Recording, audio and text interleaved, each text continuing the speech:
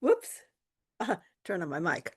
We have our first person here. Hi, how are you? Hi, Kristen. I'm great. How are you? Oh, real good. Good to It's see so you. wonderful to see you. Thanks. Well, you're in my apartment. Oh, look at me. I left a horrible box on the table. Let Oh, me no move worries. that, okay? I didn't realize that I didn't clean that box off. Just one No second. worries.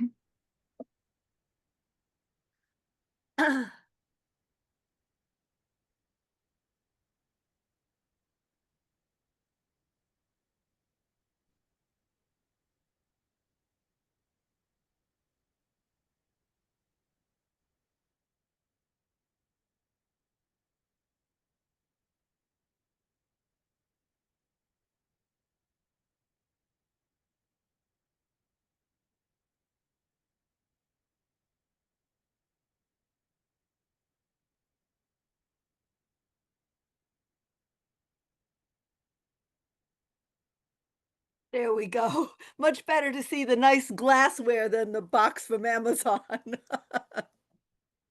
So, very nice to see you. Your name is Lyubov? Yes. Great. So you're the first person here. So my question for you is, what would Mhm. you like to do? Uh, I would say whatever you would like to speak about. I have a question. I Hmm. did have a question, but whatever you feel like talking about.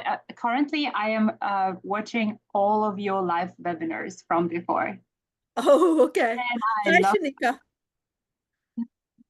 Okay. Well, you see, Hi. my attitude is that I'm here for you. So Yes. whatever you have a question about or want me to talk about, I will do. If nobody has any questions or any requests, then I'll just talk about what I think is difficult on the test and what you need to know. Super. Okay. All right. So first and foremost, does anybody have any questions for me? So I have one question currently. Mhm. It is about the exemption for when a person sells the person their residence, the married couple, they are getting an exemption of $500,000, correct? Mhm. And then a single person is 250,000. And Mhm. you said that if it's they are owning the same property, they both get to $50,000 exemption. Mhm. My question is, what if there are more owners, let's say three or more? In that case, what happened? Well, see, the exemption is going to be on their tax return. Uh-huh. Okay. So let's say that the profit, the capital gains, Hmm. is going to be 300,000 and we have Hmm. three owners. Hmm. Probably each one of them has capital gains of 100,000, don't they? Right. And each one of them is going to, if their capital gains is less Oh, than 250,000, they don't have to pay any capital gains tax on it. I see. So it can be technically divided three ways, right? Okay, cool. Thank you. Yeah. The reason that they do it that way, like you would think the easy way to do it is to just say, well, every person who Hmm. owns real estate and sells it, if their profit is less than 250,000, it's not taxed. Right, That would be the easy way to do it. But the right. reason they do the thing with the marriage is Mhm. that when people are married and they file their taxes together, they're Right, considered to be one financial unit. right. And so it wouldn't be fair for two people to only get 250,000 deduction. So that's why they make it 500 for a married couple. I see. Um, what if there will be, let's say, $1 million in profit? Um, Okay. and there's three people that are owning the apartment. So each of them can claim $250,000. So Well, they're I'm assuming that they have equal ownership. mhm, Okay, so if they're joint tenants, each of them owns one third, one third, one third. right. And one third of $1 million would be Mhm, 333,000 mhm, and $333.33. right. So each of the owners would have capital gains of 333,000, which is a Mhm. little bit more than 250, isn't it? Right, so they'll be able to claim the exemption of 250 and then be Correct. taxed on the rest. Yep.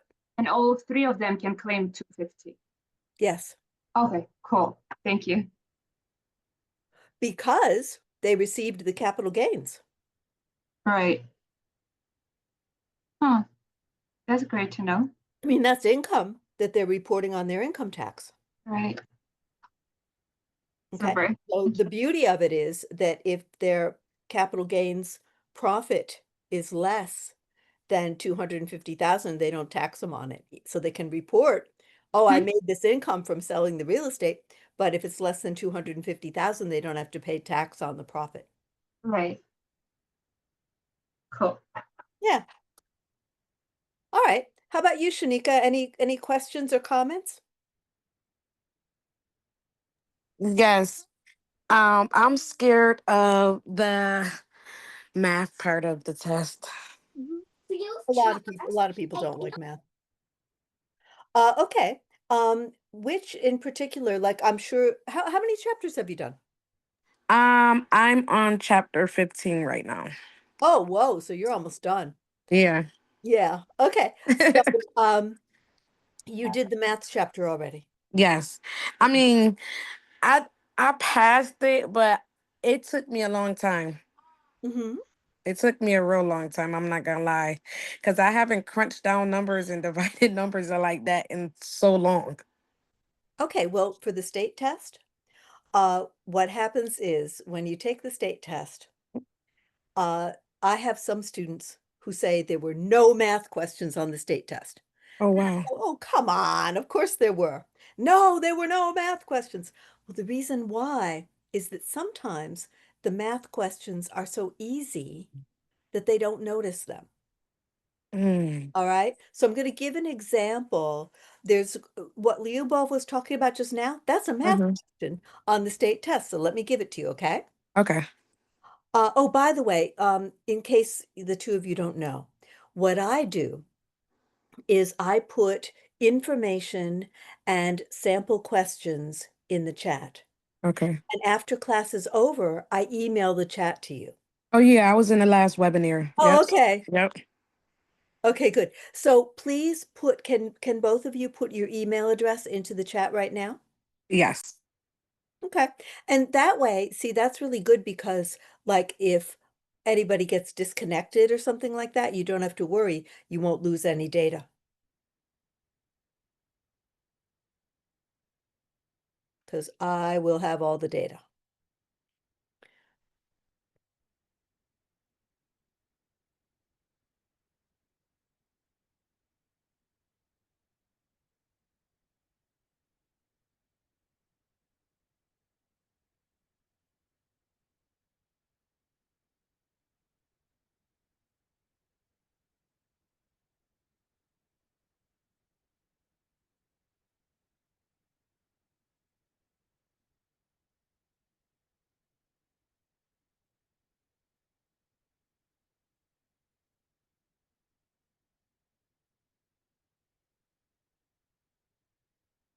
A married couple sells their home with a profit of $375,000. How much of their capital gains is taxable on their income tax return? Now, I'm not going to give you choices because this one is so easy. I think you can just tell me the answer. How much are these people going to get taxed? Ain't it 50,000 or 500,000 or something like Yeah, that? exactly. So how much are 500,000. they going to get taxed? Let me see. Hold on, I gotta go back to the question. Oh, they're not gonna get taxed. Nothing. Exactly. Nothing Exactly. They're because not going to get taxed at all. yeah, because the profit of it is 375,000, and the capital gains of a married couple, I think, is 500,000. Mhm. Yes. That, what I just gave you, is the only capital gains math question on the state test. Okay. The And married couple one. yeah, Okay. and this one is so easy. You don't need to pull out your calculator. You just go like 375 is less than 500. Yes. Yes. right? So some people don't notice that it's a math question. Okay, it does make sense though. Yeah.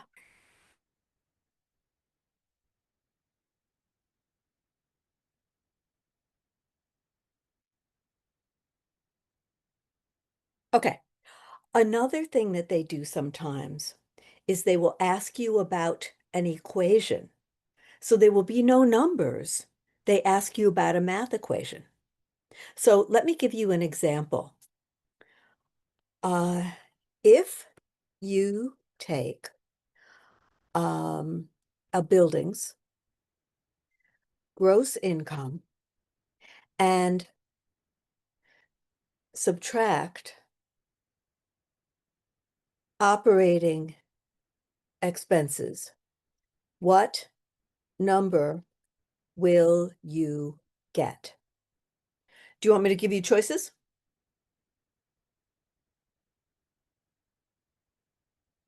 Thank you. Net operating income, which is affectionately known as NOI. Okay, now that didn't have any numbers in it. So it is a math question because it's asking you about the equation.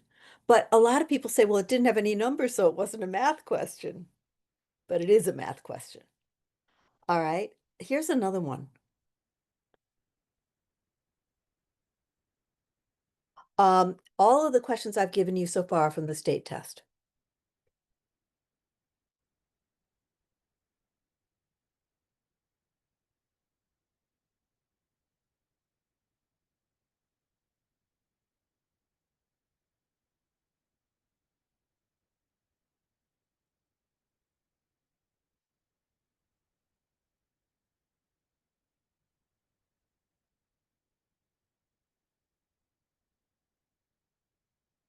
What are you deriving when you take a building's before tax cash flow and divide by the total funds invested to buy it?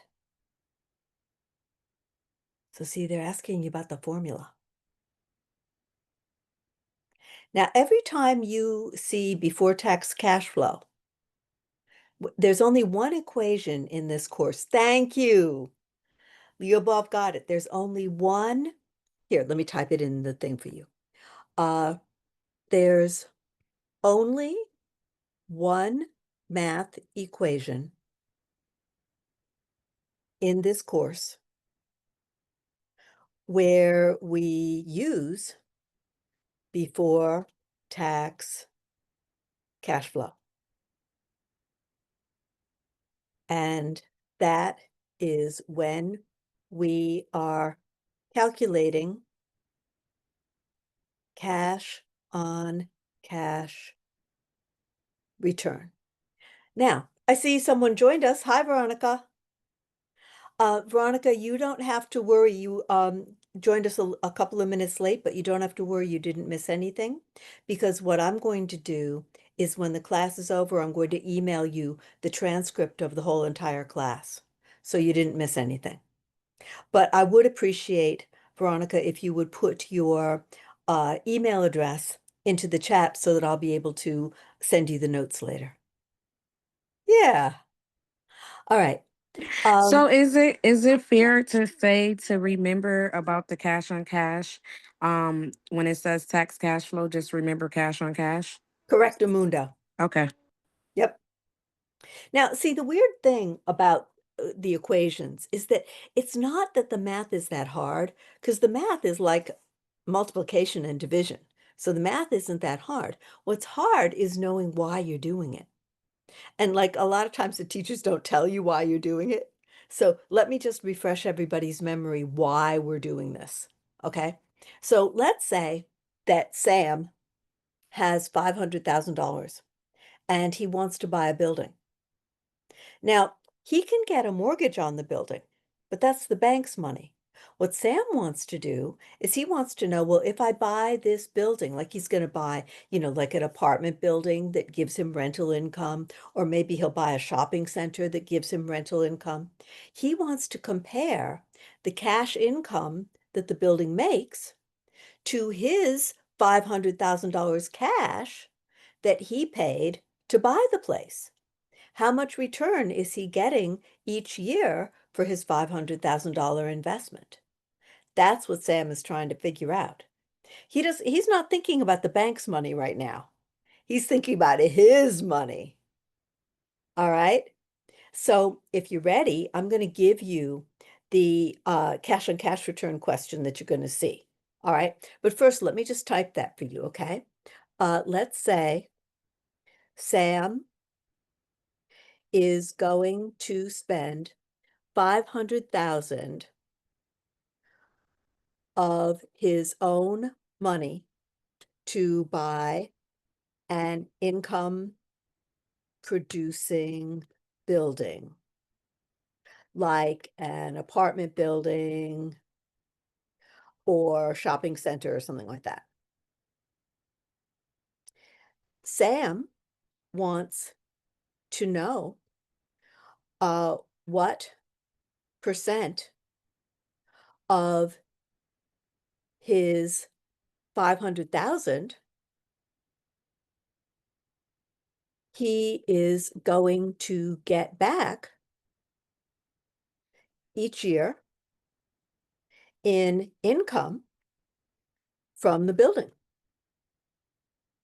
So Sam is comparing his cash investment with the cash income that the building makes each year. And the cash income is called before tax cash flow. Now, Sam might get a mortgage, but he is not thinking about the bank's money. He's thinking about his money. Okay, so now I'm going to find you the question. You would think that I would know these questions by heart now, and a lot of them I do, but I'm just checking to make sure that I have it right.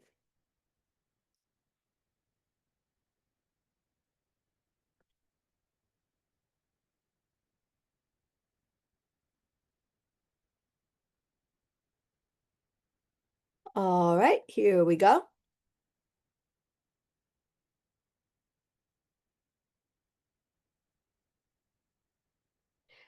Here is a question that is very much like what you will see on the state test. Sam wants to buy a building for $2 million. His down payment is $500,000 and monthly income on the property. Now, when they say income, before tax cash flow is income. It's the income that the building makes before Sam pays his income tax. So the monthly income on the building is $15,000. What is cash on cash return? Now, there's a trick in here. Department of State loves to play tricks on you. And the trick is that Sam wants to know how much money he's getting back each year. He doesn't want to know how much he's getting back each month.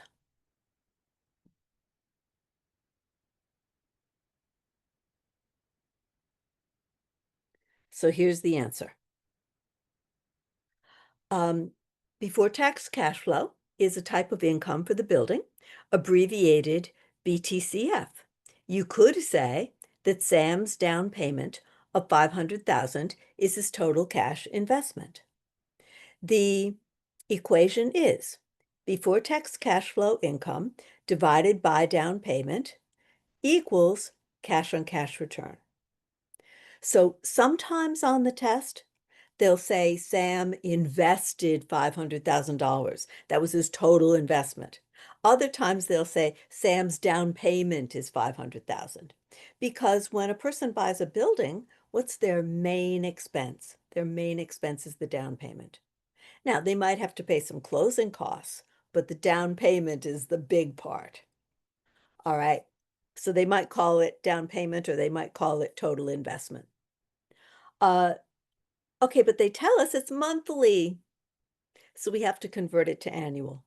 So 15,000 monthly before tax cash flow times 12 months equals 180,000. Yes, exactly right. Thank you, Shanika. Shanika's ahead of me here. So let's do the equation.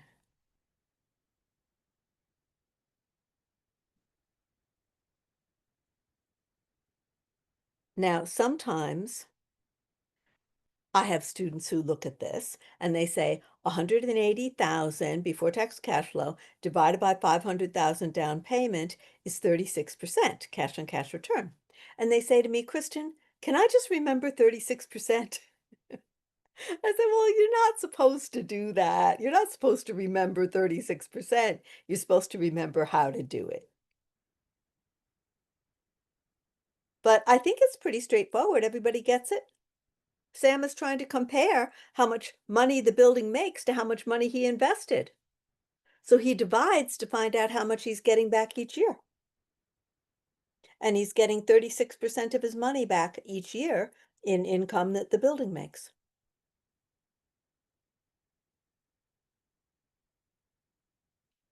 Oh, somebody joined us. Hi, Latika. You were in my class before, right?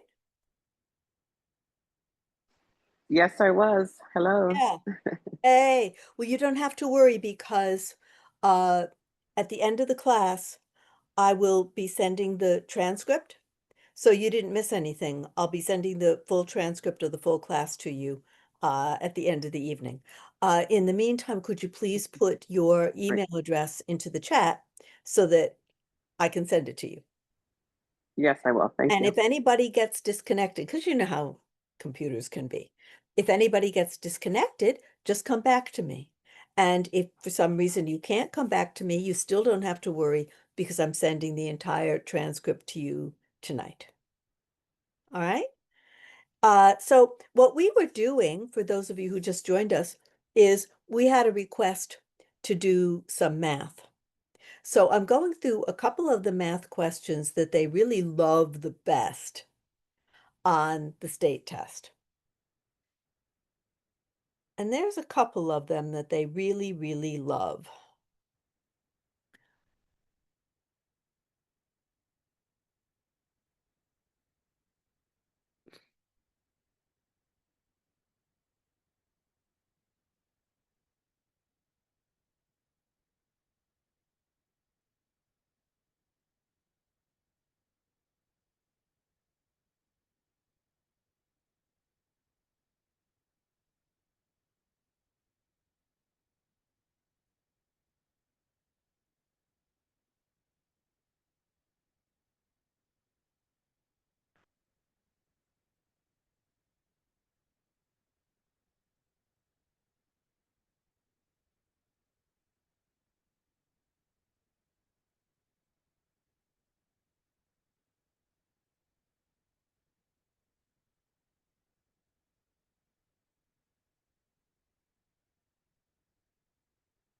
All right, I got the next question happening for you.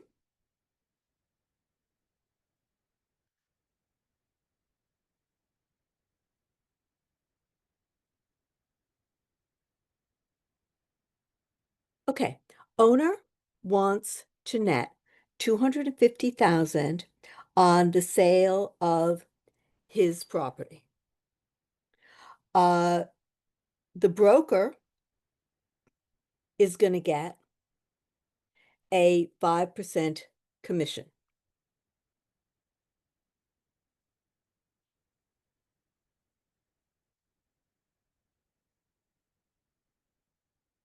Broker gets 5% commission. At what price must the property sell?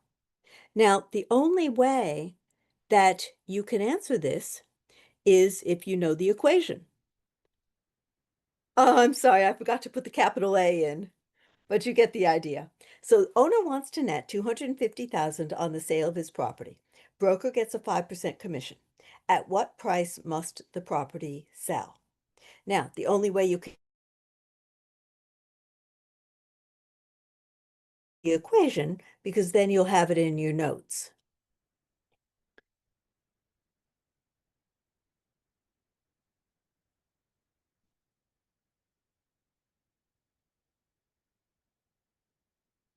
Here's the equation. Net price divided by the percent to the seller equals the sale price. Now, the idea behind the percent to the seller is this. At the closing, the buyer is going to pay 100% of the sale price. 5% of the sale price goes to the broker. You thought it was X? Oh, times. No, no. I'll explain why in a minute. Okay.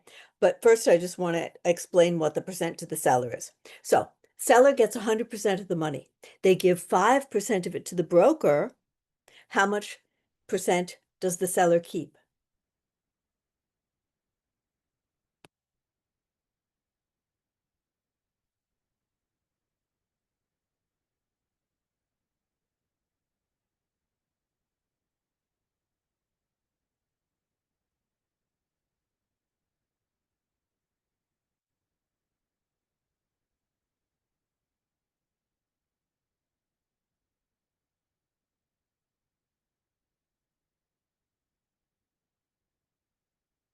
Okay, so the broker keeps 95%. Now, Shanika is right that you would multiply if you had the sale price times 5% to the broker. But we don't know what the sale price is. We're trying to find that out. So we can't multiply because we don't have the sale price to multiply by. So that's why we have to divide, because we only have the net price. Okay, so that's where I probably get confused at. Everybody does it. I got to tell you something. I was studying to get my license in another state, and there was a question like this, and I did that. Wow, yeah, because that's a little, it get a little confusing because when you see a big number and then you see a percent, you automatically think you gotta times it, break the percent down to a decimal and times it. Yeah, they love that trick. Okay, so let's do the equation, and then we will get the sale price. So here's the equation. Okay, so it's going to be 250,000 was the net price, right? And we're going to divide by 95% to the seller. And why did I not grab my calculator? Let me get my calculator.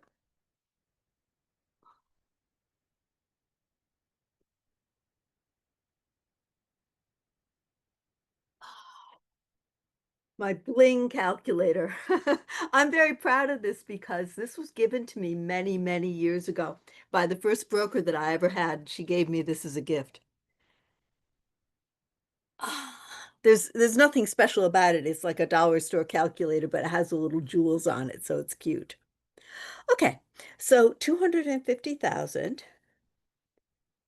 divided by 95%, which is the same as 0.95.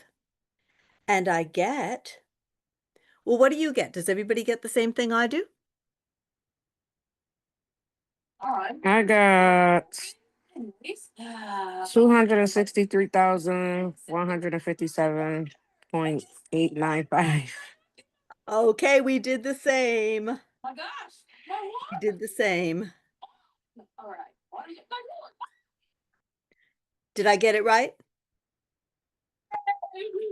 Yep. Okay. Now, it's very important that you do it this way because our hang on, I gotta fix the background noise. There we go. So if you want to talk to me, just unmute yourself, okay? Very important that you do it with the equation that I just gave, because you know why? Would you rather get 5% commission on 250,000 or 263,000? You'd rather get a commission on the sale price, right? It's more money. So very important. I'm going to put it here. Please do not make the mistake of multiplying broker's commission times the net price. If you do that,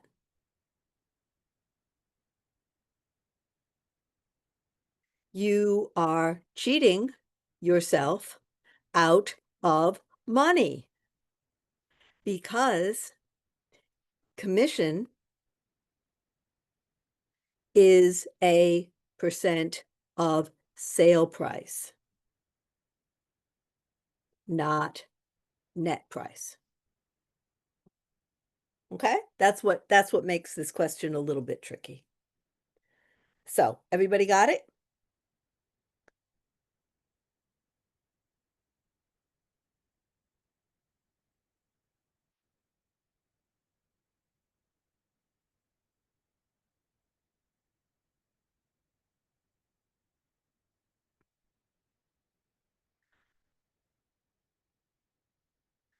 Okay, now, what our little theme here is math questions that you will see on the state test.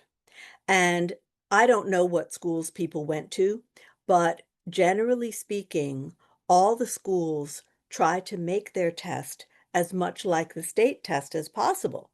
Because if you think about it, if I'm a school and I'm going to write a test, don't I want to make it like the same way that my bosses at Department of State do it? I want to follow what my bosses do. So the schools try to make their tests very similar. So, for example, oh, how did I get the 95%? Okay. Um, the seller goes to the closing. He gets 100% of the money. He gives, he gives 5% to the broker and he keeps 95%. Okay? All right. So the question about capital gains, that is on just about every school test. Every school that I've ever seen. I've seen a lot of schools. It's on just about every school test, as well as being on the state test. So a lot of these are repeated.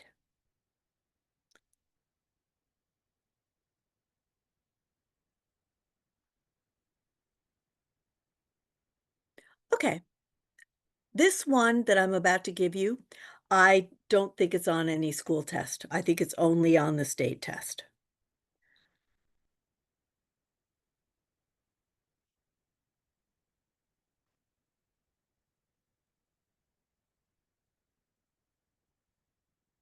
A broker finds a sales comparable that sold a year ago for $155,000, but the market has appreciated 6% in the last year. How does the broker adjust the comparable value? Well, it's pretty easy. It's gone up 106%, right? Because if I said 155,000 times 100%, I would still get 155,000. But it went up 6%. So the new price is 106% of the old price. Okay? So because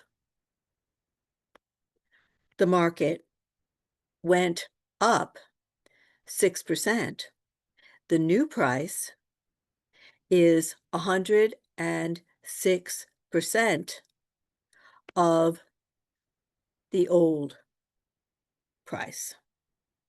So all we do is we say 155,000 times 106%, which is the same as 1.06 equals calculator time.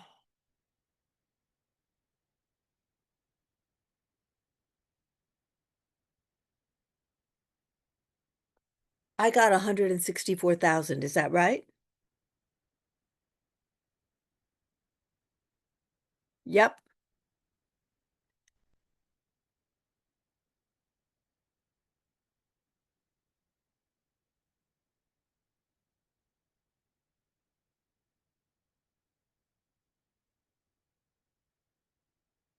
There we go. Okay, everybody got it right.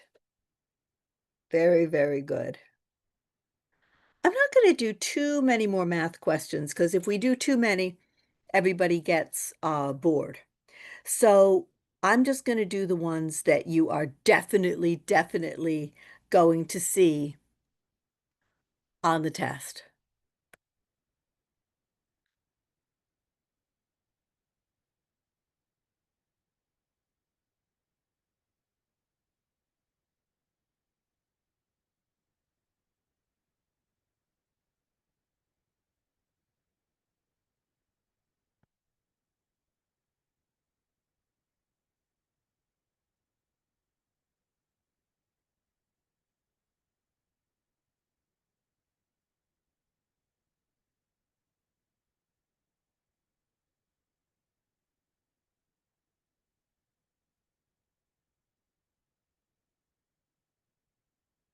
A property's market value is 180,000. The town's uniform percentage for assessment. Now, the reason that they're saying uniform is just because everybody in the town has to have the same tax rate and the same assessment rate. So, the town's uniform percentage for assessment is 60%. What is the property's assessed value? Now, I think everybody remembers that we do not pay tax on the market value of our real estate, which in this case is $180,000. We pay tax, real property tax, on the assessed value. And the assessed value is a percent of the market value. And we love the assessment rate because that's what lowers our real property tax.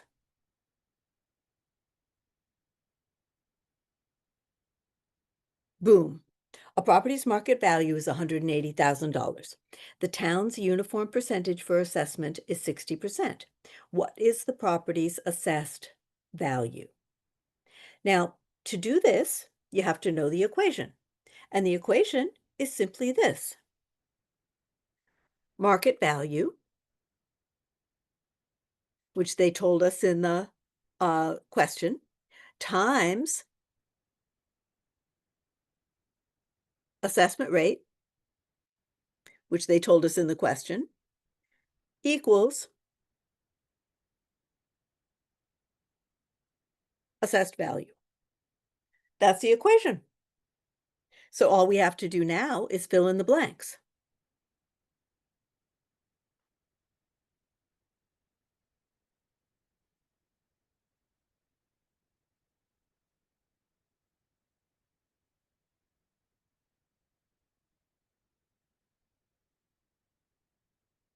Okay, so 180,000. I think it's 108. Am I right?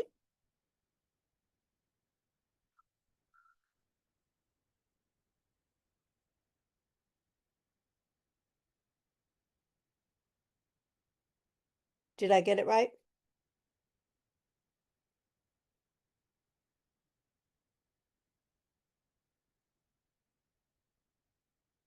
So if you're a taxpayer, which would you rather pay tax on? Would you rather pay tax on $180,000 or good, good, good, or 108,000? Definitely 108,000. That's why we love this equation. We love this equation because it lowers our tax.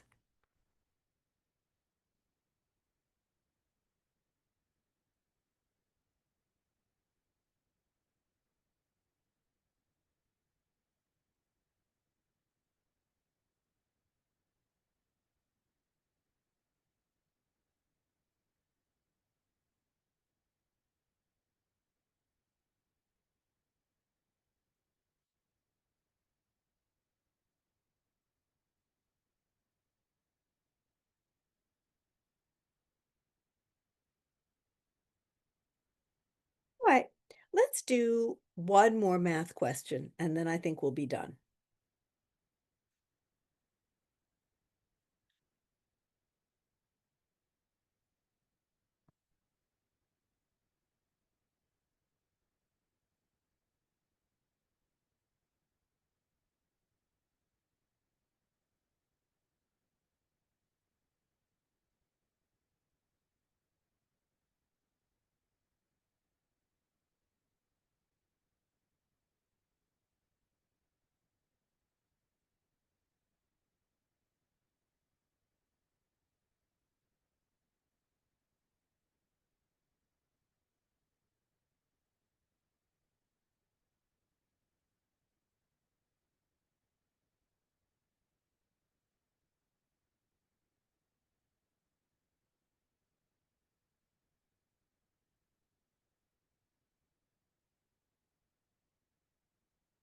A property has 8,000 usable square feet and 12,000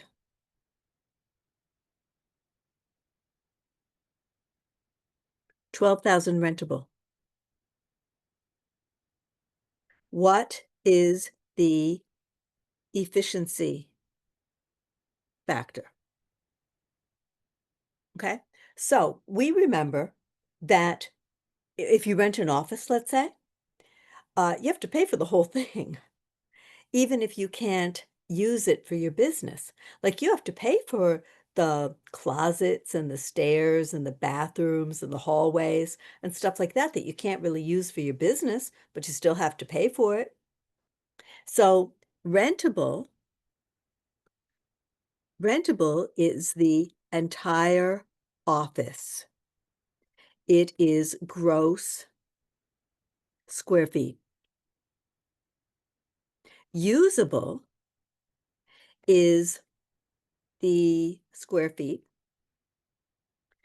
the tenant can use for their business. It doesn't include things like closets, halls, bathrooms, stairs, etc.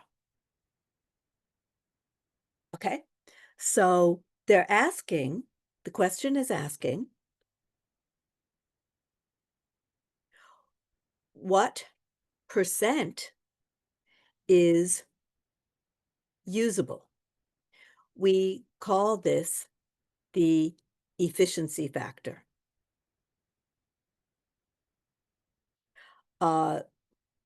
Loss factor is the percent the tenant can't use for their business, like bathrooms and stairs. So all we do is we say 8,000 usable square feet divided by 12,000 rentable square feet equals, let's see, I should be able to do this in my head, but I can't.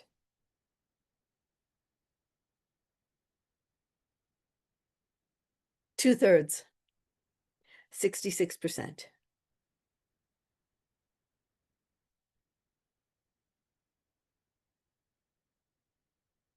That's a pretty bad efficiency factor.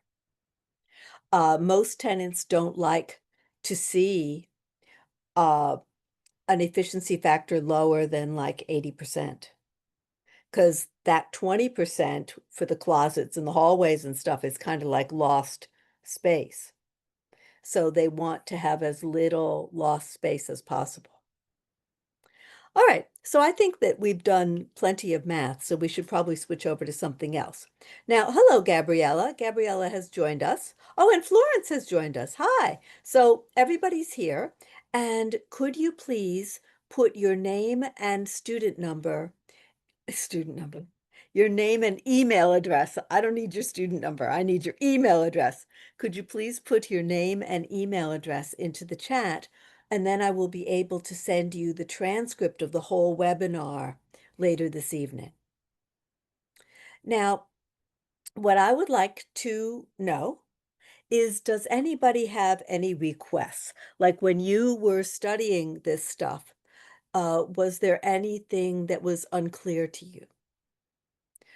We just did quite a bit of math.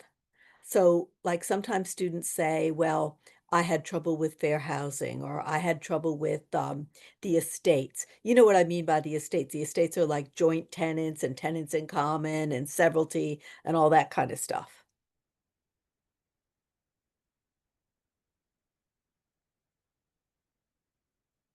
So, what would you like me to talk about? Sometimes people have trouble with deeds. If nobody has any requests, I'll just keep talking. Oh, dual agency. Okay. Now, what's interesting about dual agency is that dual agency is legal in New York State, but it's illegal in 6 states in the United States. Hi, Jen. We have somebody new joining us. What I am doing right now, Jen, is if you could please put your name and email address into the chat, and then I will send you the transcript for this whole entire class, and you won't have missed anything, so you don't have to worry. All right. Now, we were saying about dual agency that it is illegal in a lot of states. And I think the reason why is because it's very difficult to be completely impartial. You have a tendency to be on one side or the other side. And in dual agency is when you're on both sides at the same time. So dual agency is when a broker is working for 2 clients at the same time. Buyer and seller, or tenant and landlord. Now, that makes it really difficult because the buyer and the tenant want the lowest price. The seller and the landlord want the highest price. And so it's very, very difficult to be in the middle and not take sides. So there's a question that is on every state test and every school test, and I'll give it to you right now. When is dual agency legal? Does anybody know? Only when 2 parties legally agree or sign a contract or something like that. Correctamundo. And the way that they say the answer on the test is, so the question is, when is dual agency legal? And the answer is with written, informed consent by both parties. That means both buyer, seller, or landlord, tenant agree to dual agency. Informed means they know, and consent means they agree. So they know and agree to dual agency. That's always on the test. Now, do you remember when we went through the old car duties? The old car duties, let me put it. Old car is the fiduciary duties that we legally owe to our clients. But In dual agency, it's odd car because loyalty is the one duty that is impossible in dual agency. And they will ask you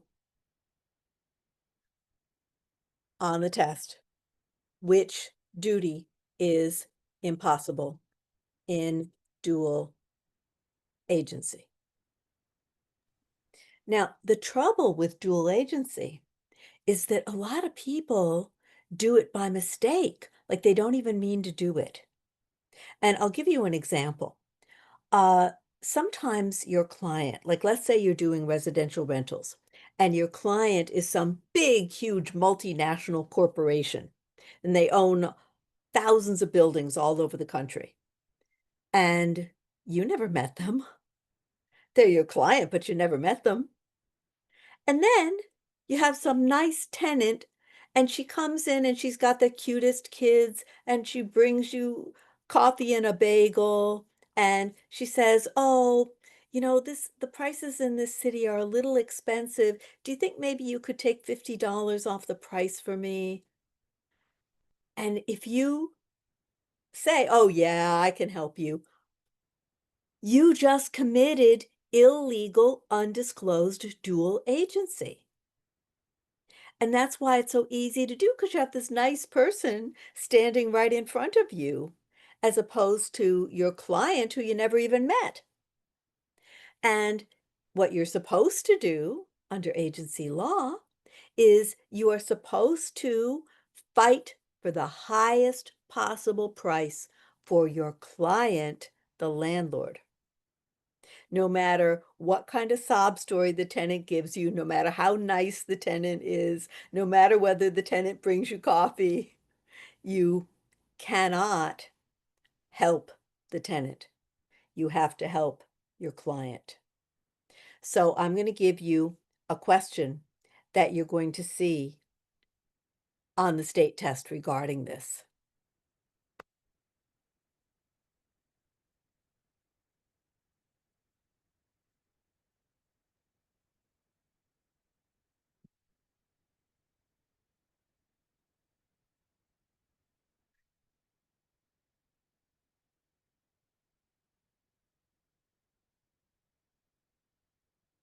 When an agent is representing a landlord, when an agent is representing a landlord client, but also acts in the best interests of a tenant in the same transaction. In the same transaction, the agent's action is known as, and I just want to point out that's something they love on the state test. Like they don't say, what is it or what's it called? They say, what's it known as? So I'm going to give you choices. All right, so here's the question in the chat, and I'm going to give you choices.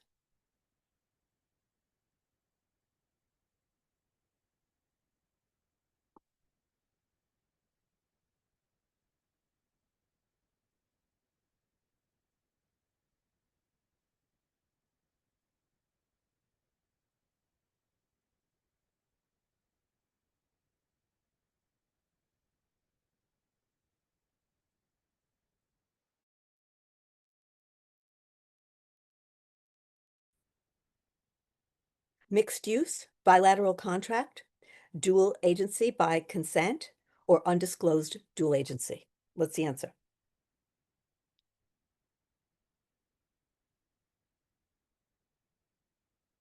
Well, hang on, because it doesn't say that the tenant gave consent. See, they have a client who's the landlord, but they don't say that the tenant's also a client. It just says the tenant is just some person. So yes, yes, you got it right. It's undisclosed dual agency. So the answer is undisclosed dual agency, which is illegal in New York and often simply by accident. It can be unintentional. Like, for example, what would be the consequence if undisclosed dual agency takes place? It could be pretty bad because, like, okay, let's give an example, okay? Let's find out, let's say that the landlord finds out that I gave the tenant a discount on the rent. Okay. And he says to me, "You're not allowed to do that. You're not allowed to give her a discount on the rent. You were supposed to charge her the full month's rent. You weren't supposed to knock $50 off." And $50 off, you know what? That's what is that? $600 a year that I lost for the landlord by doing that? I just gave away $600 of the landlord's money. So he's not going to be very happy about that. Now, he could report me to Department of State and maybe I could lose my license. Or, yeah, exactly. I could have not suspended probably, probably a revoked license. Because like suspended is what happens when like if a broker loses their license, the salesperson's license might be suspended. Okay. But revoked license is when they're going to discipline you. Like if you do something wrong, they revoke your license. Okay. So they could revoke the license. Or another thing is if it were more than $600, probably the landlord would sue me in civil court. So I could have very bad consequences from the state, but also from the court system. Okay, that's not, I mean, it's an interesting question, but that's not on the test, so you don't have to worry about that.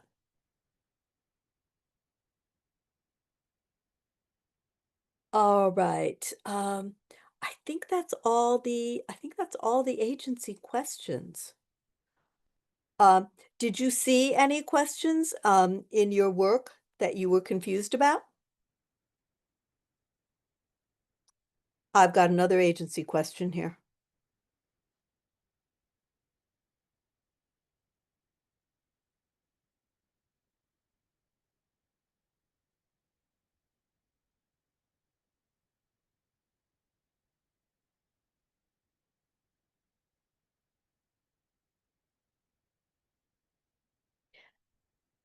If a client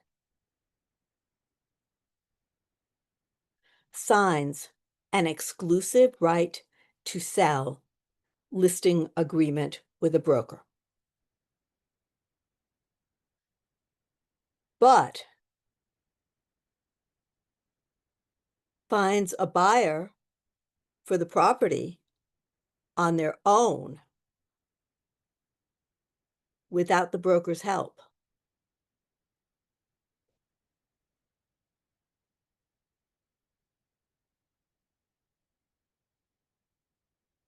the broker is not entitled to any commission, required to renegotiate the commission, entitled to the originally agreed upon commission, or entitled to half the originally agreed upon. Yes, entitled to the original commission. Does everybody know why that is?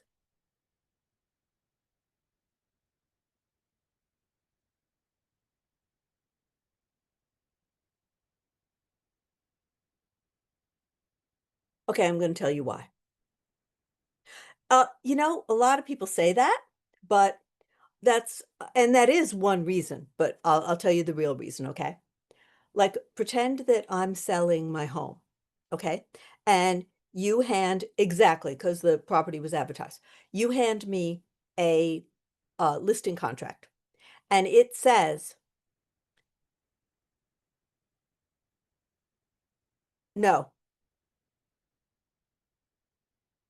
Oh, somebody's calling me, but I don't know who it is. Hang on one second.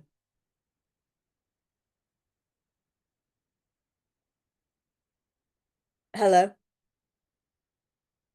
Oh, nobody there. Okay. Um, Now I'm gonna explain, okay? Pretend I'm a seller, and I say to you, "I want you to sell my place." You hand me a contract, and the contract says on it, "Exclusive right to sell." And if I sell the place without your help, then you still get a commission. Now, I say, "Why in the world should I pay you a commission if I sell the place myself?" Well, the reason is, think about it this way. Are you gonna advertise my property? Yeah. You gonna hold an open house? Yeah. Well, you have to tell in advance where the open house is. So people see the ad for the open house, and people are sneaky. The day before the open house, they go to the building and they say to the door staff, "Hey, I heard that apartment 15B is for sale. Do you think I could talk to the owner?" And the door person calls upstairs, and I say, "Sure, bring it on." And the person comes upstairs and buys the apartment and cuts you out of a commission. Now, the only reason that they knew the apartment was for sale was because they saw your ad for the open house. So you're going to say to me, "Kristen, I can't market your property if you're going to let people come to you directly. You have to protect me because I'm spending a lot of time and a lot of effort and a lot of money to publicize your apartment." Okay, so now let's say that I decide what Gabrielle is talking about here. I decide I'm going to be sneaky, and somebody comes to me and says, "Kristen, I want to buy your apartment." And I say, "Well, but I have a broker." And they say, "Well, Kristen, when is your broker with the contract over?" And I say, "Oh, in 2 weeks." And the person says, "Okay, I'll come back in 2 weeks." All right. Well, uh, what's going to happen is I probably am going to find out um, that the person saw the property through um, by going directly to the building. And probably the way that I would find out is because there are records of everyone who visits the apartment. So, in which case, in my contract, it says anyone who views the apartment during the period of my contract, if they buy the place, then I get a commission. Now, to be fair with you, I've seen people get around that. Like I knew this one dishonest guy, and what he did is he actually had 3 girlfriends, and they didn't know about each other. And he sent his 3 girlfriends to all look for an apartment for him. And they used brokers and they went all over the city finding apartments for this guy. And after they brought him like all the photographs of the apartments and the descriptions of the prices and everything, he chose the apartment that he wanted and just went in and bought it directly without a broker. So people do that. It's very unfair to the broker, but there's nothing the broker could do because the girlfriends who were looking at the apartment, they weren't married to him, and there was no way to prove that they were really looking at the apartment for him. So, unfortunately, Gabrielle is right that it does happen. Okay. Let's try something completely different. Let's try some environmental questions. I think we need to do some environmental stuff.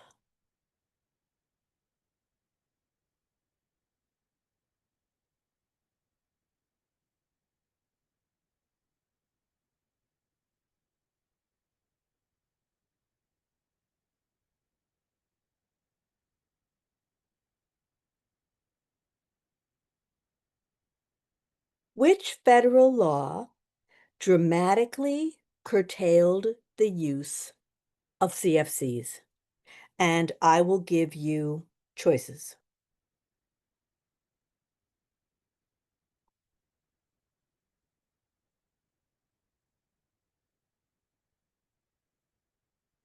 Some people might know right off the bat, but I'll give you choices anyway.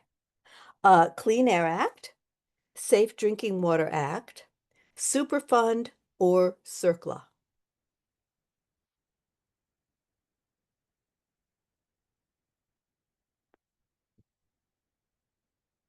Well, the answer is Clean Air Act, and I'm going to tell you why. Ooh, that didn't sound good. It sounded like something broke. I don't know what it was though. All right. The answer is Clean Air Act. Now, I'll tell you why that's the answer. CFCs are gas that leaks out of air conditioners and refrigerators. The gas itself, I mean, unless you have a really, really, really large quantity of it, um, the little minimal amount that leaks out of the air conditioner isn't going to hurt anybody. But what it does do is it hurts the environment because CFC stands for chlorofluorocarbon. So chloro, it's got that nasty chlorine atom in it. So, like if you took a shirt and you poured a bottle of chlorine bleach onto the shirt, what would it do? It would rot the cotton fibers, right? Well, it's the same thing. The chlorine gas goes up into the air. I mean, they used chlorine gas in World War I, to hurt people. So, the chlorine gas goes up into the air and it rots the ozone layer. And the ozone layer is what protects us from the sun. It's what keeps us from getting fried by the direct rays of the sun. And the chlorine destroys the ozone layer. So what happened was, about, I don't know, 40 years ago, there was a convention of the United Nations up in Montreal, Canada, and they signed an international treaty. All the countries that belong to United Nations, they signed an international treaty saying that they were going to stop using CFCs in air conditioners and refrigerators. So the United States signed that treaty. So then they came home from Montreal and they're like, oh, well, we better make a law. So CFCs are gas, they go up in the air. So better change Clean Air Act. All right. Now, the people who chose CERCLA is a good choice, but CERCLA doesn't really have to do with stuff that's happening up in the air. It has to do with stuff that happens on the ground. Like the reason that we have CERCLA is maybe you saw my presentation when I showed you Love Canal. Love Canal was a abandoned canal near Buffalo, near Niagara Falls. And factories were dumping chemicals into it. And it became an environmental hazard. And like a lot of people in the community died and got diseases and everything because of all the chemicals that were being dumped into this canal in their neighborhood. So that's the reason that they passed the law called CERCLA, Comprehensive Environmental Response Compensation and Liability Act, to deal with hazards like that on the ground. So the reason I like this law is because the law tells what it does. When there's an environmental hazard, response, what are we going to do? Compensation, who's going to pay for it? And liability, who is legally responsible? So then they said, well, wait a second, we got to pay for this. We got to pay to clean it up. So they created Superfund. So that's choice C. Superfund is part of CERCLA. Superfund is the money, like the bank account that pays for CERCLA. So CERCLA they passed it because of New York State. And we have a few Superfund projects here in New York City. Like the Gowanus Canal is a Superfund project. Newtown Creek is a Superfund project. So there's a few Superfund projects in New York City.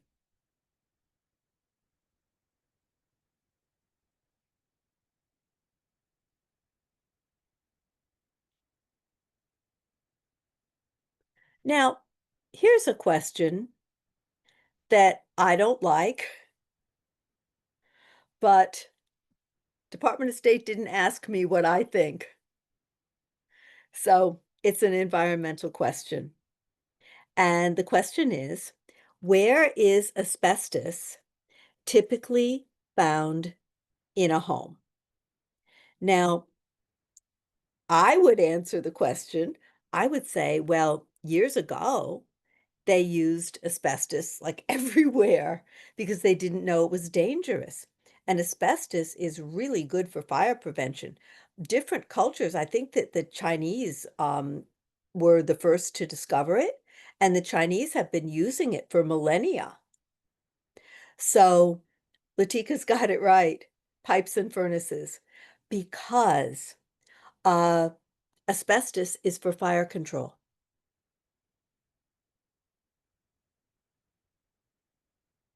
And a furnace is a big steel box with fire inside. So they definitely are going to put asbestos near the furnace if they put it anywhere.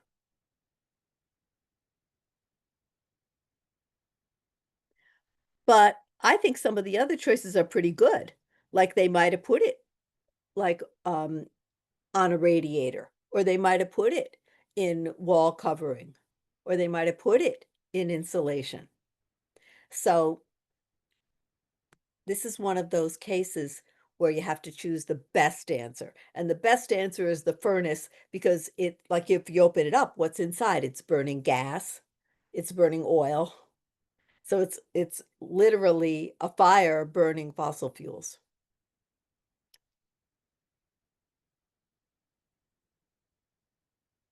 All right. Let's do a construction question.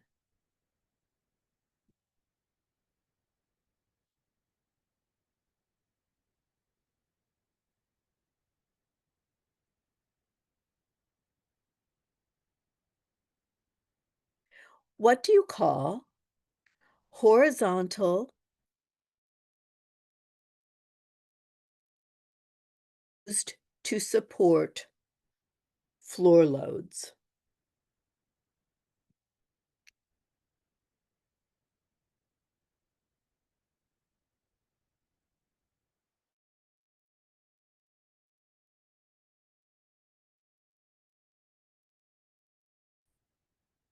What do you call horizontal parallel framing boards used to support floors? Headers, rafters. You can kind of tell it's not the header because you wouldn't have a header on the floor, right? Headers, rafters, joists, or posts. Well, it's not going to be a post. We know what a post is.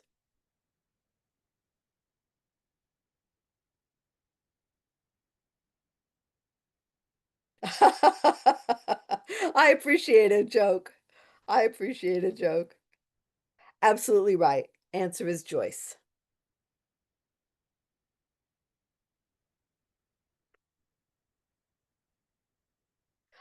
Joyce are um, horizontal floor beams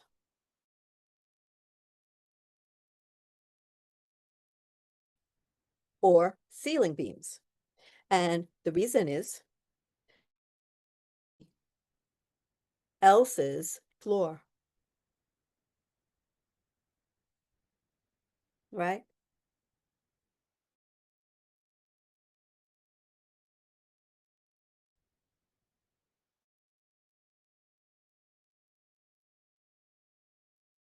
ones about severalty and entirety. Do people agree with me?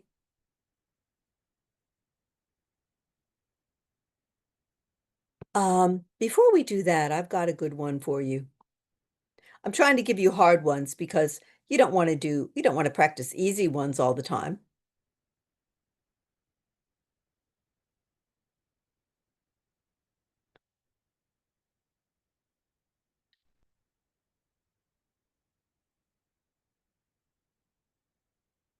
Which contract provision requires completion of a certain act before the contract is binding?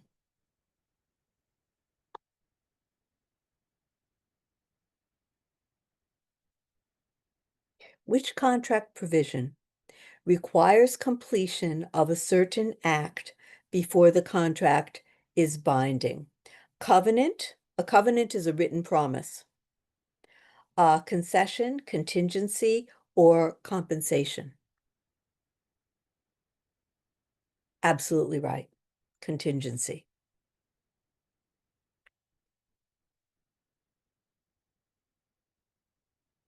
Contingency means that if a certain condition is not met, buyer can cancel the sale contract and get their deposit back.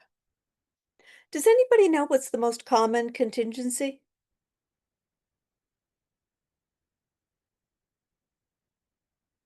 Yes, absolutely right. The most common contingency is for a mortgage loan. If buyer can't get a mortgage, they can back out of the deal. All right.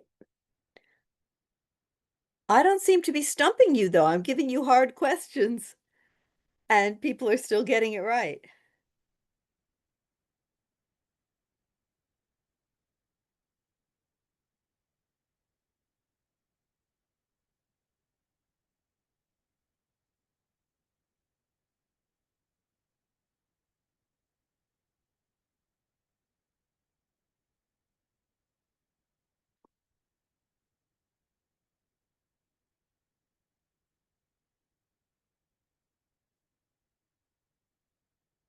Which type of tenancy is for a husband and wife?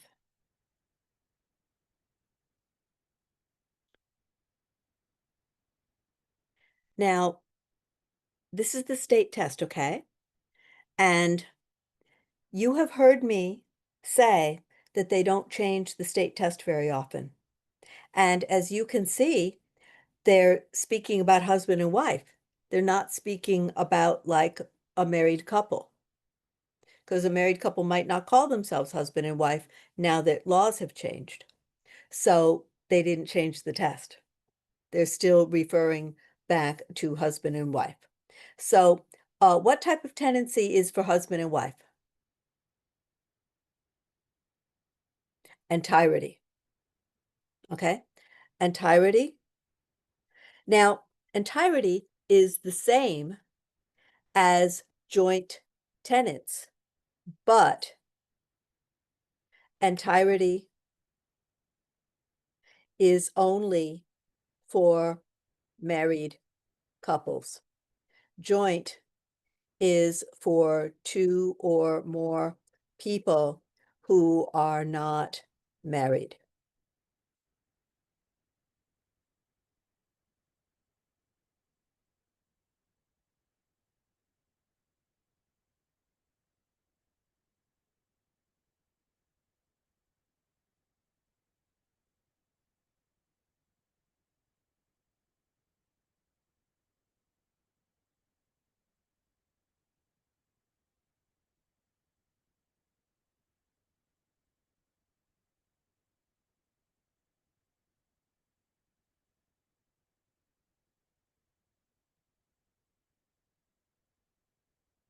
When real property is owned by two or more unmarried persons, each of whom has an undivided interest transferable to their heirs,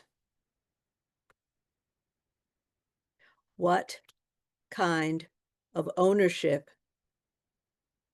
is it? When real property is owned by two or more unmarried persons, each of whom has an undivided interest transferable to their heirs, what kind of ownership is it?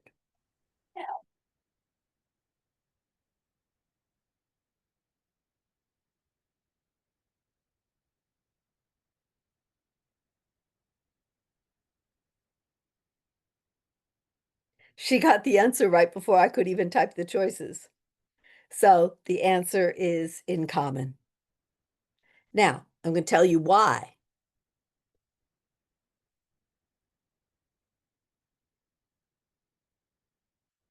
The question says,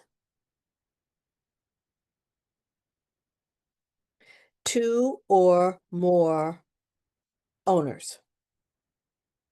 So it can't be severalty, because severalty means one owner. The question says owners are unmarried, so it can't be entirety.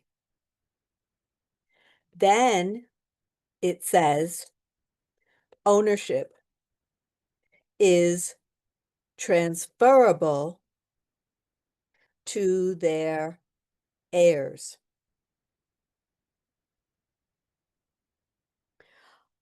In common, ownership can be transferred by a sale or a will. You're probably not going to sell to your heirs. It's probably going to be a will to your heirs. So to heirs, it would be a will. Joint is transferable to co-owners.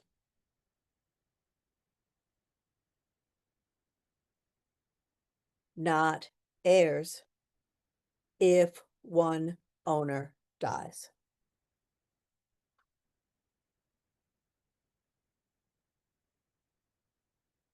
Okay, I think that's a hard question.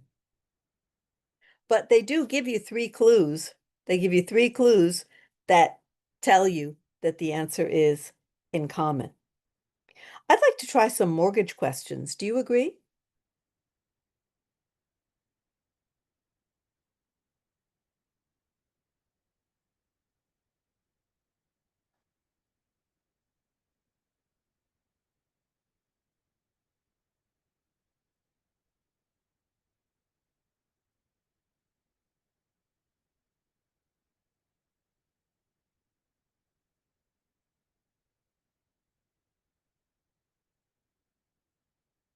Which mortgage has higher monthly payments in later years?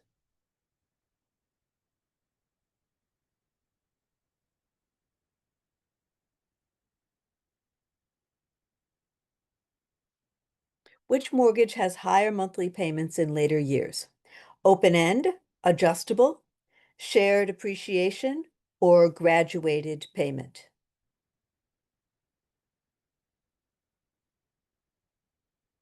See, I don't like this question.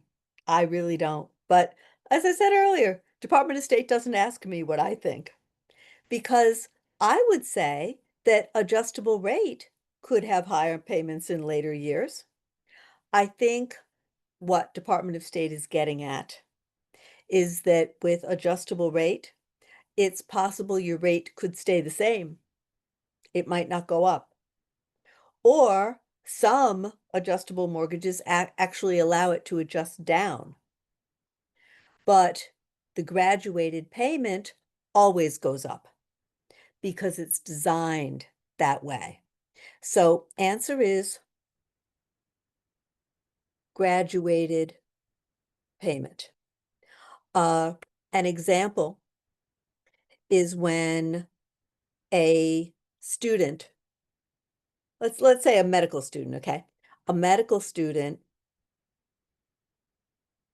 buys a home and they can't afford very high mortgage payments. But when they start working as a doctor, they probably will be able to afford higher payments. So the monthly payments on the mortgage are low in first few years and gradually get higher in later years. Okay, so the answer is the graduated mortgage, or the graduated payment mortgage, sometimes they call it, is going to have higher payments in later years. But, that's an example of where, like, sometimes really smart people take the test and they read the first choice, which, let's see, the first choice was open end. Okay, well, that's not necessarily going to have higher payments in later years. Adjustable rate probably will have higher payments in later years. So all they do is they read choices A and B and go, okay, adjustable, and they go on to the next question. Very smart people do that, but the trouble is that sometimes Department of State puts a better answer at the bottom, like they did here. So although adjustable rate is a pretty good answer, graduated payment is a better answer because adjustable rate could have higher payments in later years, but graduate mortgage always does because that's the definition of the graduated payment mortgage. Oh, okay, I've got one for you. Um, the problem that people complain about the state test is they say that the language is too difficult. Now, you're not going to see that problem so much on the school test because when schools write their test, they usually write it in Excel or something, and so they don't have as much space for the questions. So the schools are not quite as verbose as the state. And usually the state is quoting a law. So a lot of the questions on the state test are in like legalese or something. So here's an example of a question that I think is very confusing because of the way it's written. So what are let me share it with you. What are amounts paid to the lender at the time of loan origination to account for the difference between the market interest rate and the lower contract rate of the note? Huh? Now, I might say that question a different way.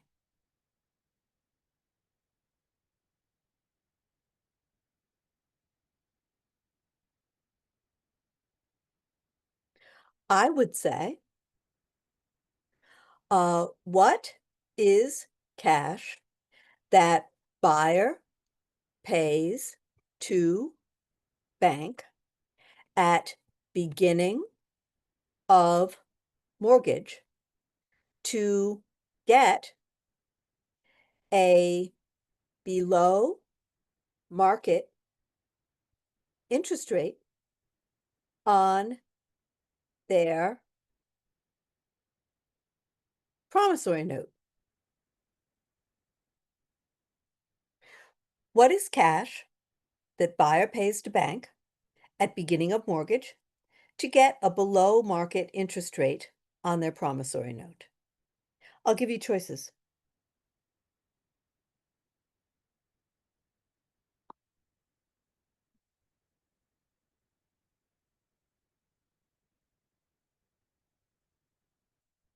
Closing fees, discount rates, discount points, or amortization points. There's no such thing as amortization points. Department of State made that up. Yes, exactly right. Thank you, Gabriella. Yes. Discount points. Okay. A point is 1% of the loan amount. Borrowers pay points to the bank in cash to get a lower interest rate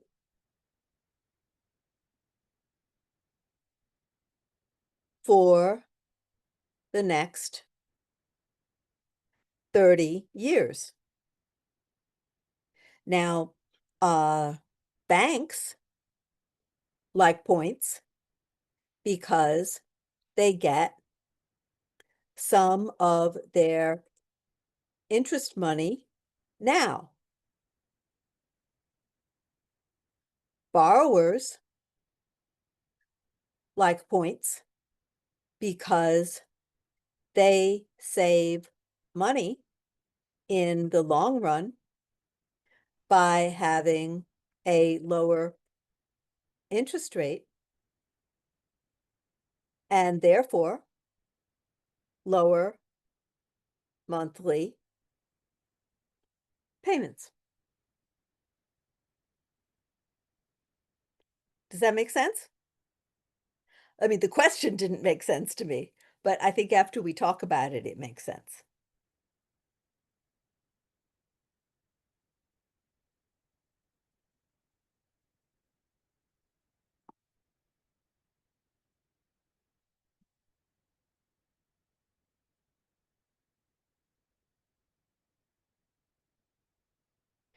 Which is not an essential element of a contract? Written format, lawful objective, competent parties, or earnest money deposit?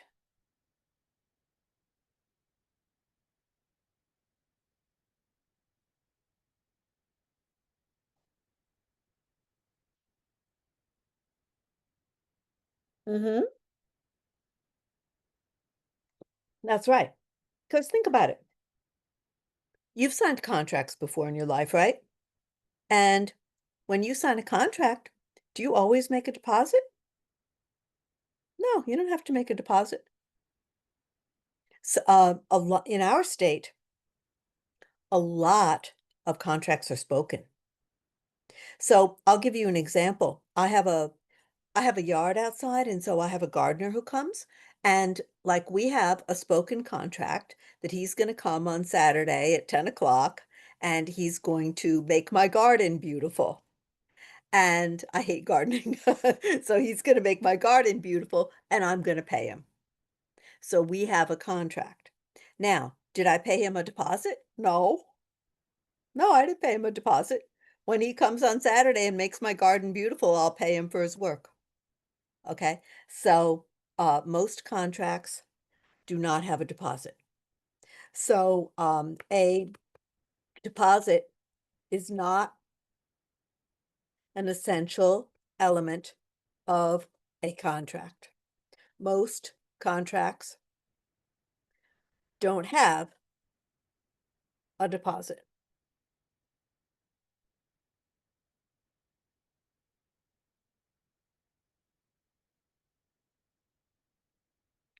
Okay, here's one that it's kind of out of the blue because Department of State talks about a lot of stuff in our curriculum, but they don't really talk very much about economics. So all of a sudden, out of the blue, they have an economics question. And here it is.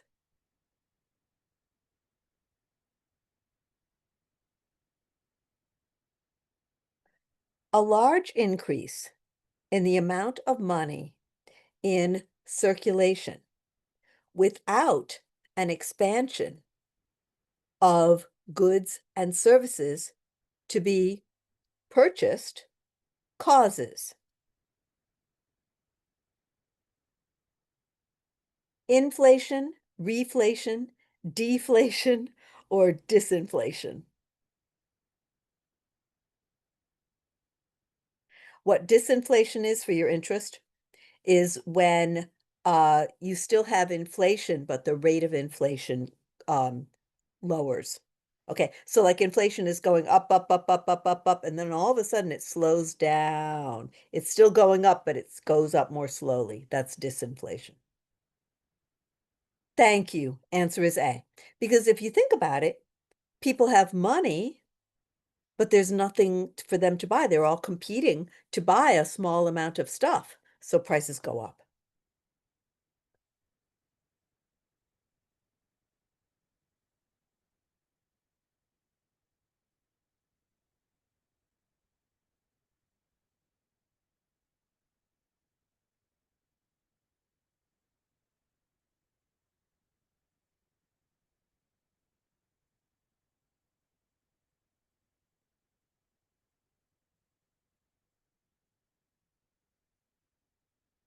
There we go. Now, I should point something out, which is I personally, like, I take classes too. I do not like teachers who watch the clock.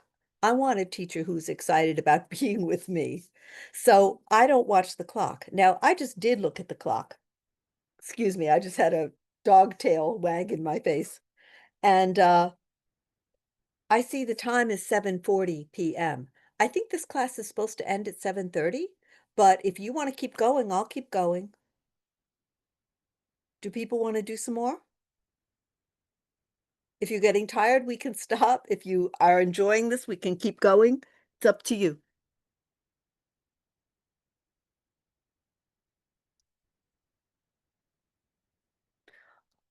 When is this again? I do these webinars on the third Wednesday of every month.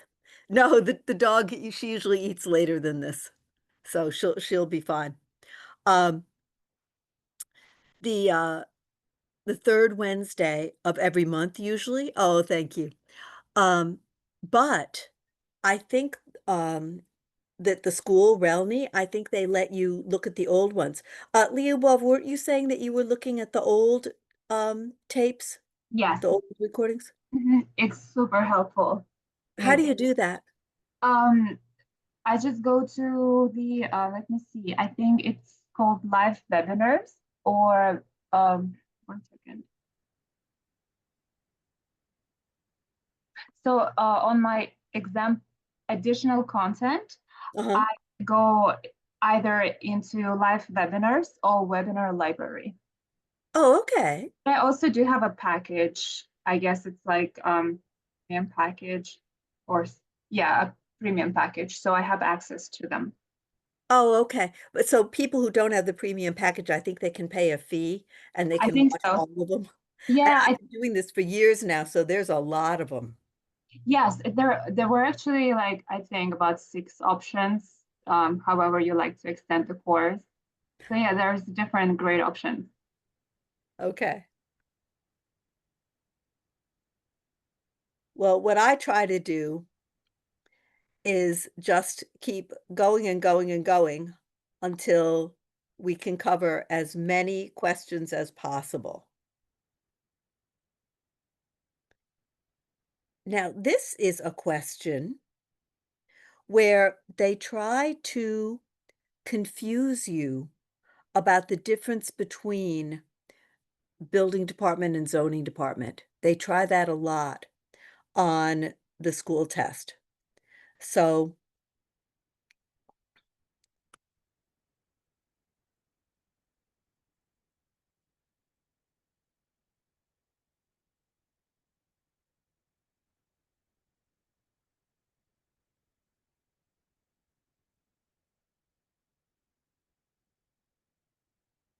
Building codes are primarily enforced by certificates of approval, no such thing. It's a certificate of occupancy. Licenses, permits, or zoning ordinances. What's the answer?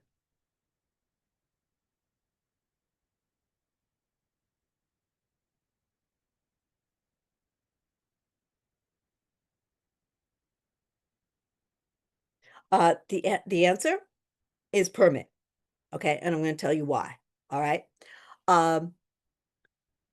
If I want to build something or do a major renovation, I have to apply to Department of Buildings to get a permit. I have to send them all my architectural plans. So that includes like my plumbing plan, my electrical plan, all kinds of stuff, right? So I have to send them all my architectural plans, and they check to be sure the plans follow New York City building code. If they do, DOB, Department of Buildings, will issue me a construction permit. So, building code is enforced by permits. Let's talk about the difference between Department of Buildings and Department of Zoning, because they love to ask you about that on the test, okay? So, Department of Buildings cares about the building. They care about safety, materials, durability,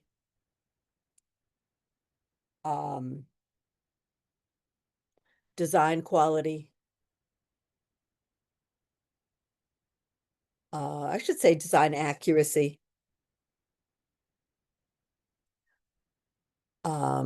etc. All this is in building code. So you could say Department of Buildings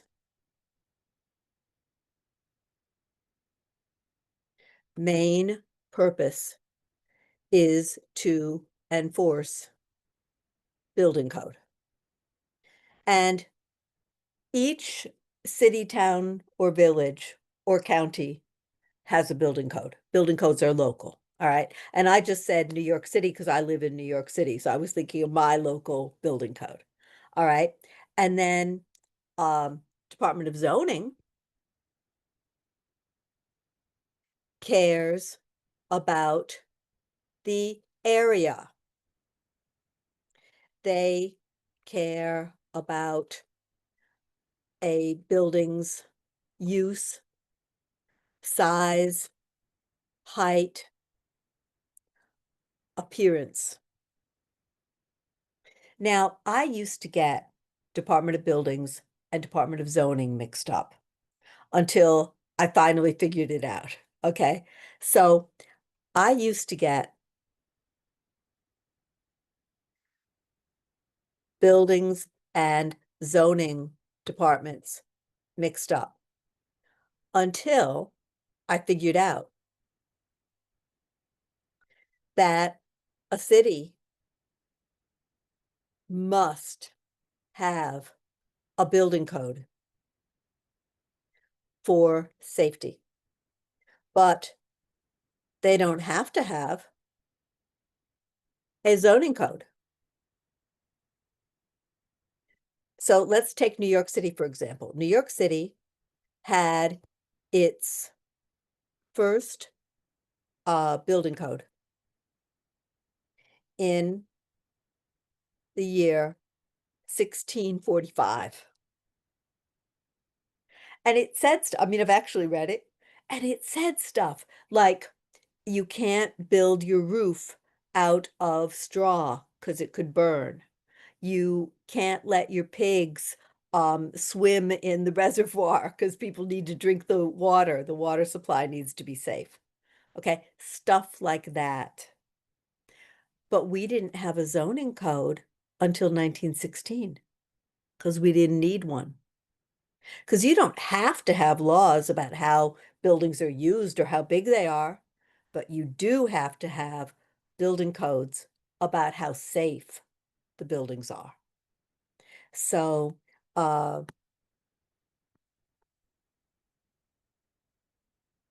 we didn't have a zoning code in New York City until the year 1916. Houston, Texas is very proud that they do not have a building code, I'm sorry, a zoning code, even today. Okay, so let me give you an example of another one of those questions where they'll try to confuse you about the difference between building and zoning.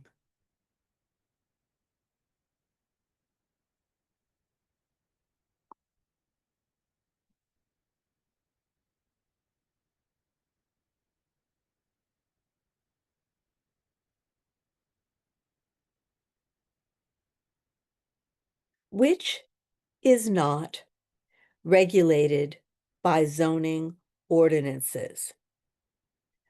Building size, building materials, building height,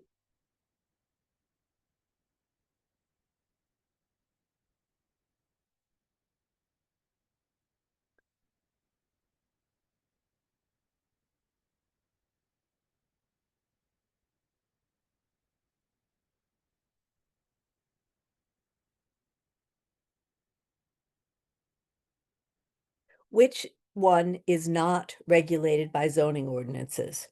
Building size, materials, height, or amount of open space around the building?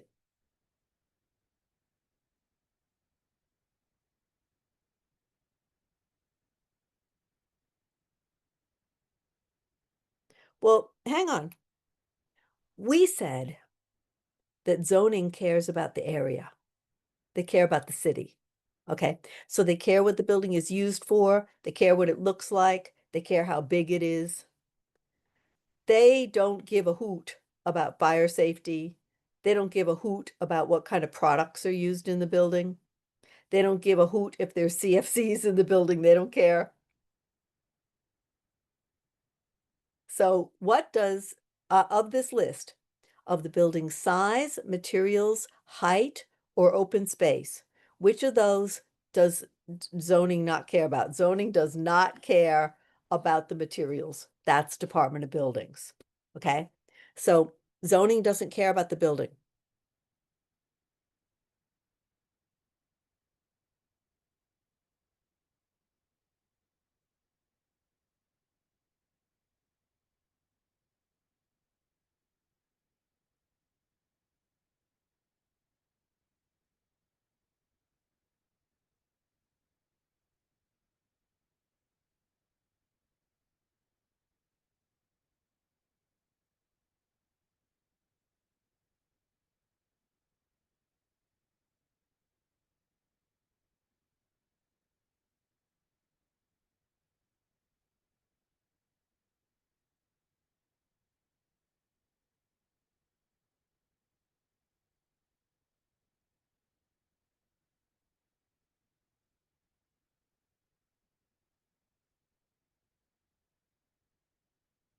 Okay, zoning cares about the city or the neighborhood.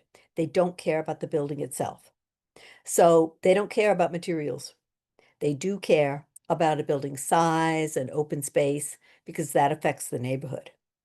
And as a matter of fact, there was a very interesting case that happened a few years ago on the Upper East Side, which is that they were, this builder was constructing a brand new apartment building. And he got permits from Department of Buildings. And so he's, building, building, building. And the neighbors took him to court and said that the building was too tall. Now, the builder says, well, wait a second.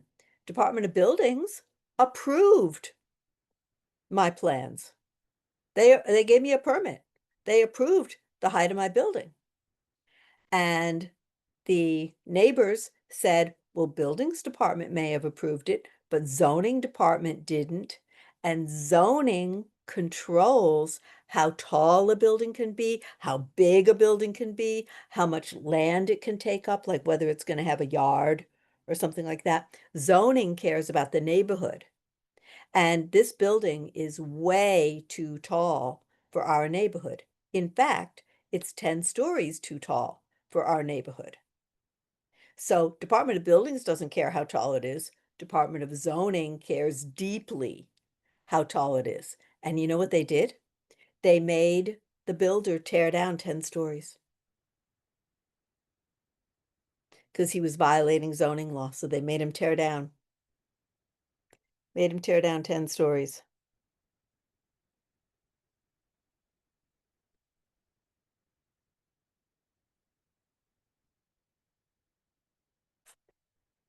Okay.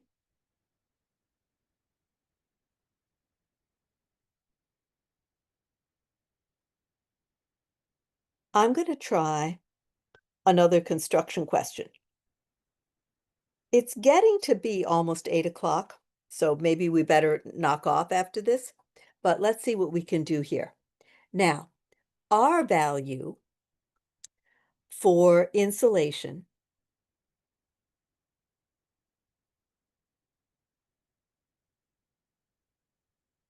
refers to the insulation's toxicity, the insulation's type,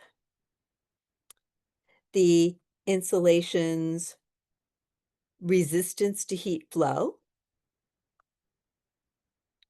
or the insulation's freezing point.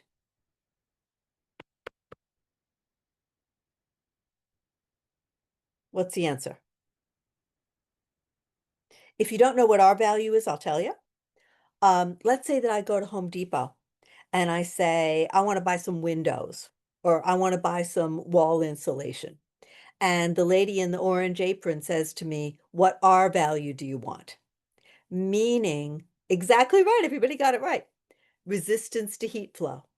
In other words, the thicker the insulation and the denser the insulation, the less heat flow I'm going to have.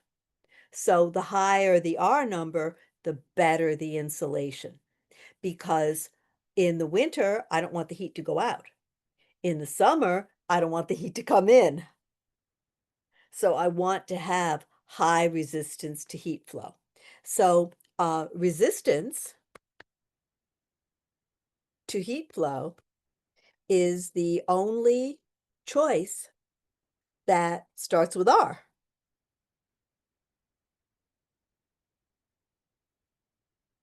So it's the right choice. Okay, let's do one more. I'm gonna try to finish off with a bang. I'm gonna try to finish with a hard one. And if you can get the hard one, then you're doing really well. Let me find a good one.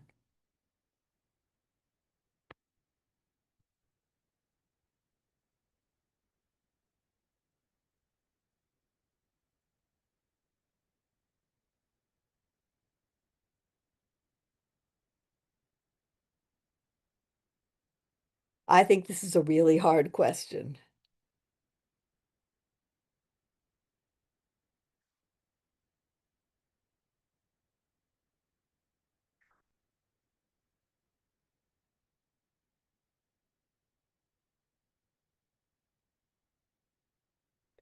The right to deviate due to a special hardship, meaning due to a financial problem, from use of land prescribed by zoning ordinances can be accomplished by applying for. I'm going to give you choices.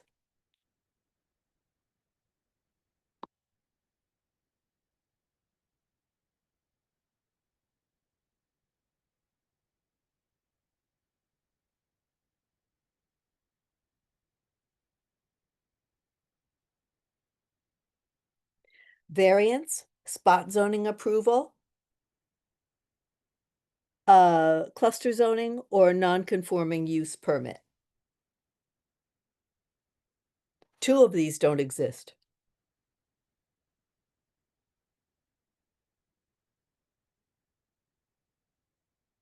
Shanika, what's that? Oh, okay, sure. Shanika, do you want to, if you have a question for me, do you want to stick around after the class, and you can ask me whatever you want, Okay. okay? I didn't know what that was. I didn't know how to get the message.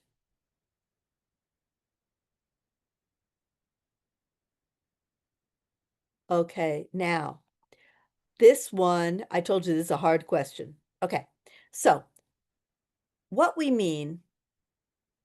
this question is asking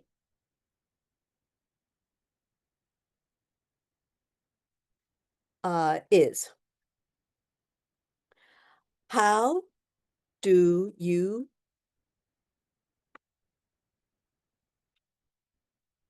get a zoning change because of a special hardship? What do you apply for? That's really what they're asking. Okay, so let's do the choices again, okay? Variance, spot zoning, cluster zoning, or non-conforming use. Spot zoning is illegal.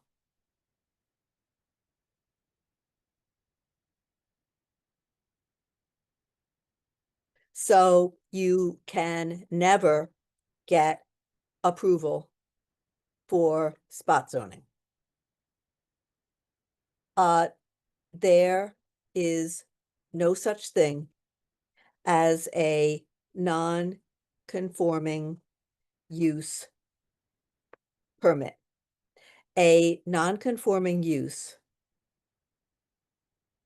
is when a building was in place to do something before the zoning laws.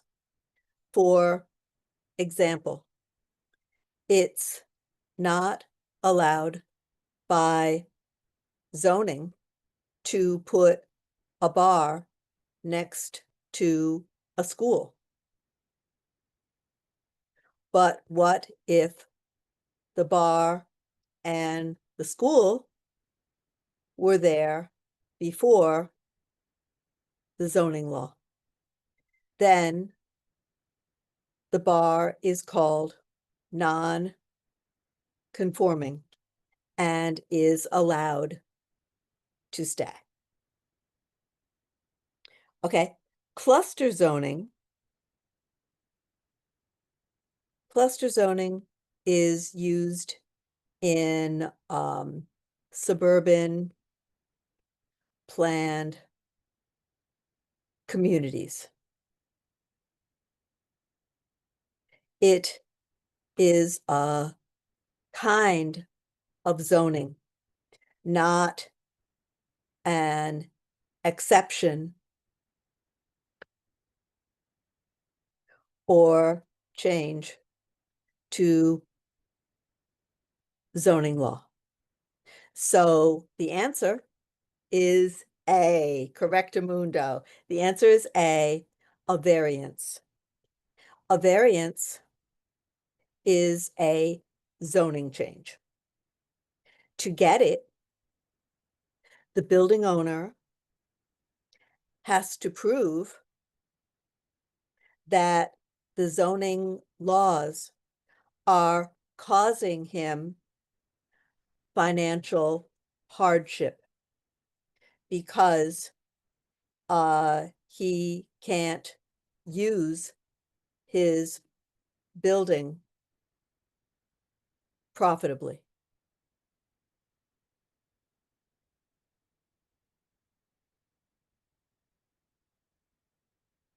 Okay, so whenever you see the word hardship, it is a question about a variance. Okay, let's do one more. You're gonna have to tell me to leave, okay? Because I get so excited about this stuff that I just keep going.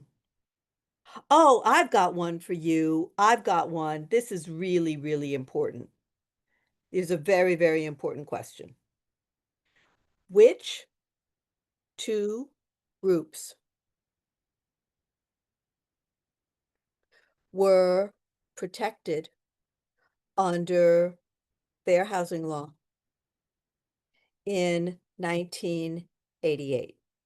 Please tell me you know the answer to this. It is always on the test. Do you want choices?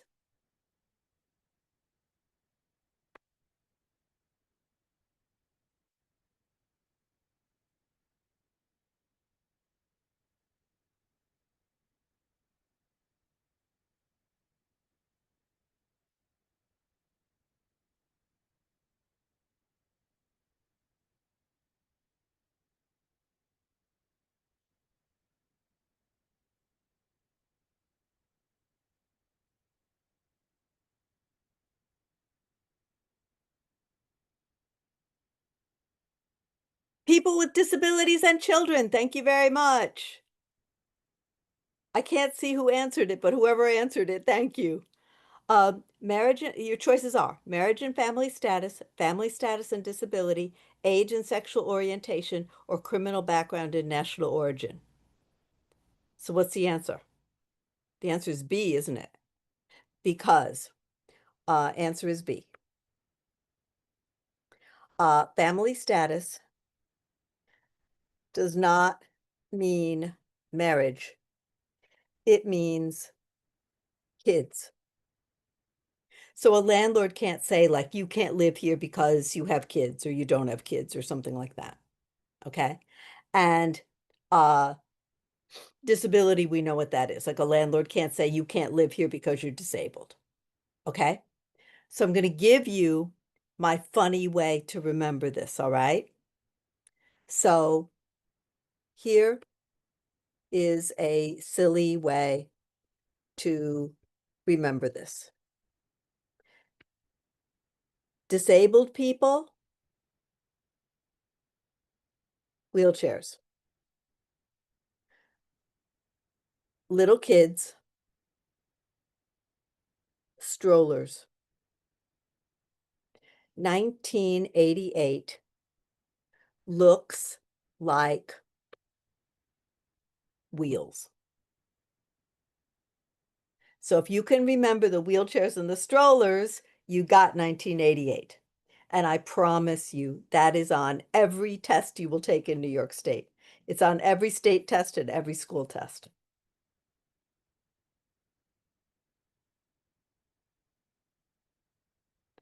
So I think we've gone past 8 o'clock already. We've gone more than 2 hours.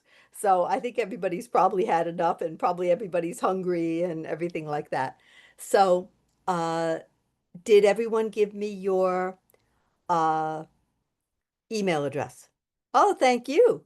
And what I'm going to do is I will email you and then you'll have my address in case you want to contact me for any reason. Okay? Now you got to give me a little time because like I have to edit this and make sure everything is correct. And I'm going to take out all the spoilers where people answered the questions for you. So it takes me a little while to edit this, but I'll send it out tonight. All right, so I think we're done. You're free to go back to your life. Oh, you got to say goodbye to my dog. Isn't she cute? There she is, sleeping next to me. She has a little thing on her shoulder because she had a mole removed last week, so she has a little thing on her shoulder. Okay, good night. She's always by me. She's always 5 inches away. I guess you did watch the other webinars. The dog is always like 5 inches away.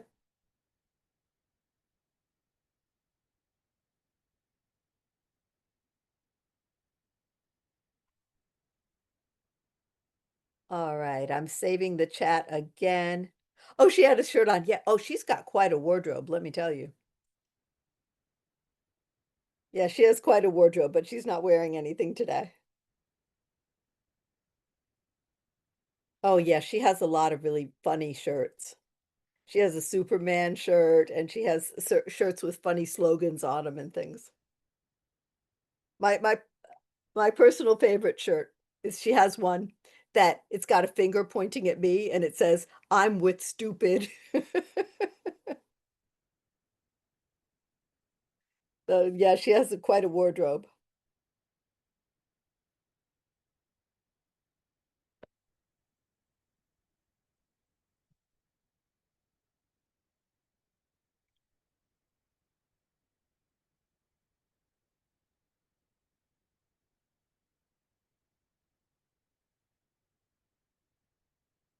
Okay, I'm going to turn off my camera and my microphone, and I'm going to start preparing your transcript. All right. So thank you everybody for being with me and have a good evening. Okay.